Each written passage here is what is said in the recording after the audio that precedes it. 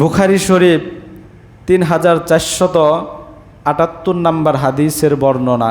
আল্লাহ রাসূল সাল্লাল্লাহু আলাইহি ওয়াসাল্লাম বলেন, তোমাদের পূর্বে একজন ব্যক্তি ছিল, ওই ব্যক্তি এমন ছিল রাসাকাহুল্লাহু মালান, যাকে আল্লাহ পাক রব্বুল আলামিন প্রচুর পরিমাণের সম্পদ দান করেছিল। ফালাম্মা হুযিরা, ওই ব্যক্তি যখন মৃত্যুর শয্যায় সজ্জিত, এমত অবস্থায় ওই ব্যক্তি তার সন্তানদেরকে ডেকে বললেন, আইয়া আবিন কুনতু লাকুম, ও আমার কলিজার টুকরা সন্তানেরা, বলো দেখি আমি তোমাদের কেমন পিতা। সন্তানেরা তখন ডেকে বললেন, আপনি হচ্ছেন আমাদের উত্তম পিতা, আপনি আমাদের ভালো পিতা। মুসলমান ভাইরারে আমার, এই হাদিস থেকে একটা বিষয় লক্ষণীয়, আমরা আমাদের কাছে যখন আমাদের পিতাদের সম্পর্কে জিজ্ঞাসা করা হয়, অনেক সময় বলা হয় তোমার পিতা কেমন, তোমার বাপজান কেমন, কিন্তু আমরা তখন অনেক সন্তান এমন রয়েছি বলি যে আমাদের পিতা বেশি ভালো না, আমাদের সাথে দুর্ব্যবহার করে। সন্তান আছেন এরকম, বাপে আমার জন্য কি কইরা রাইখা গেছে, আছেন এরকম ভাই? আমার পিতা আমার জন্য কি করছে, বিদেশ যেয়ে তো কিছুই করতে পারে নাই, অমুকের বাপ তো অনেক কিছু করছে, জায়গা রাইখা দিছে, জমিন রাইখা দিছে, আমার বাপ আমার জন্য কিছুই করে নাই, বলে কিনা এরকম?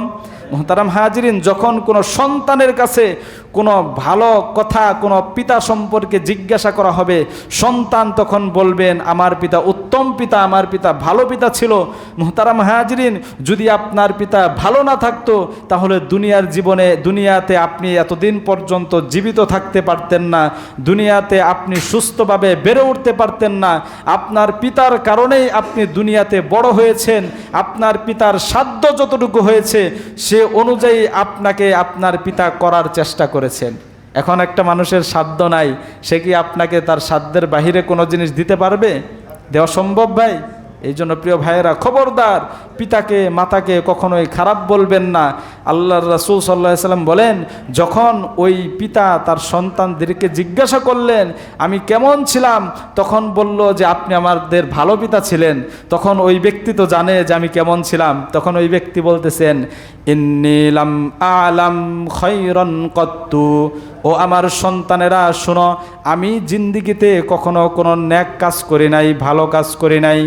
তোমরা আমাকে বলেছ আমি তোমাদের ভালো পিতা, তোমাদের কাছে আমার একটা ওসিয়ত হচ্ছে, ইদা মুত্তু, যখন আমি মৃত্যুবরণ করব, যখন আমি দুনিয়ার থেকে চলে যাব, ফাহরিকুনি, তখন তোমরা সকলে মিলে আমাকে আগুন ধরিয়ে জ্বালিয়ে দিবা, পুড়িয়ে দিবা। সুম্মাসহাকুনি, জ্বালিয়ে দেওয়ার পরে আমাকে একদম গুরু গুরু করে ছাই বানিয়ে ফেলবা। ছাই বানানোর পরে যেই দিন প্রবল বাতাস আসবে, ঝড়ো হাওয়া হবে, ওই ঝড়ো হাওয়ার দিন তোমরা আমার ছাইগুলোকে ঝড়ের ভিতরে উড়াইয়া দিবা। মুসলমান ভাইরারে আমার, সন্তানগুলো তাই করলেন। তার অন্তরে ধারণা ছিল আমি যেই পরিমাণের গুনাহ করেছি, এই গুনাহ নিয়ে যদি আল্লাহ তাআলার সামনে দাঁড়াই তাহলে আমার উপায় নাই, আল্লাহ পাক রব্বুল আলামিন আমাকে কঠিন শাস্তি দিবেন। মুসলমান ভাইরারে আমার, এক পর্যায়ে ফাজামাহুল্লাহ, আল্লাহ পাক রব্বুল আলামিন ওই ছাইগুলোকে একত্রিত করলেন। আপনাদেরকে বলি, আল্লাহ তাআলা ওই ছাইগুলোকে একত্রিত করতে পারেন কিনা ভাই? সবাই বলেন, পারেন কিনা? মুহতারাম হাজির, যখন আমাদের অস্তিত্বই ছিল না তখনই তো আল্লাহ আমাদেরকে সৃষ্টি করেছেন, আর ওই ছাইগুলোর তো অস্তিত্ব আছে, আল্লাহ তাআলা একত্রিত করলেন। করার পরে জিজ্ঞাসা করলেন, মা হামালুক, এই এরকমটা কেন করছিস? তখন ওই ব্যক্তি বলতেছে, মাখাফাতুকা ইয়া রব, ওগো আল্লাহ, আমি আপনার সামনে দাঁড়ানো, আপনার সামনে দণ্ডায়মান হওয়াকে ভয় পেয়েছি। যেই পরিমাণের গুনাহ করেছি, আমি কিভাবে আপনার সামনে দাঁড়াবো, এই ভয় আমার অন্তরে ছিল। আল্লাহর রাসূল বলেন, তখন আল্লাহ তাআলা বলবেন, ফাতালাক্কাহু বিরহমাতিক, ওই সময় আল্লাহ পাক রব্বুল আলামিনের রহমত ওই ব্যক্তিকে ঘিরে মাফ করে, ওই ব্যক্তিকে ঘিরে তার গুনাহগুলোকে মাফ করে আল্লাহ তাকে জান্নাত দান করে দিলেন।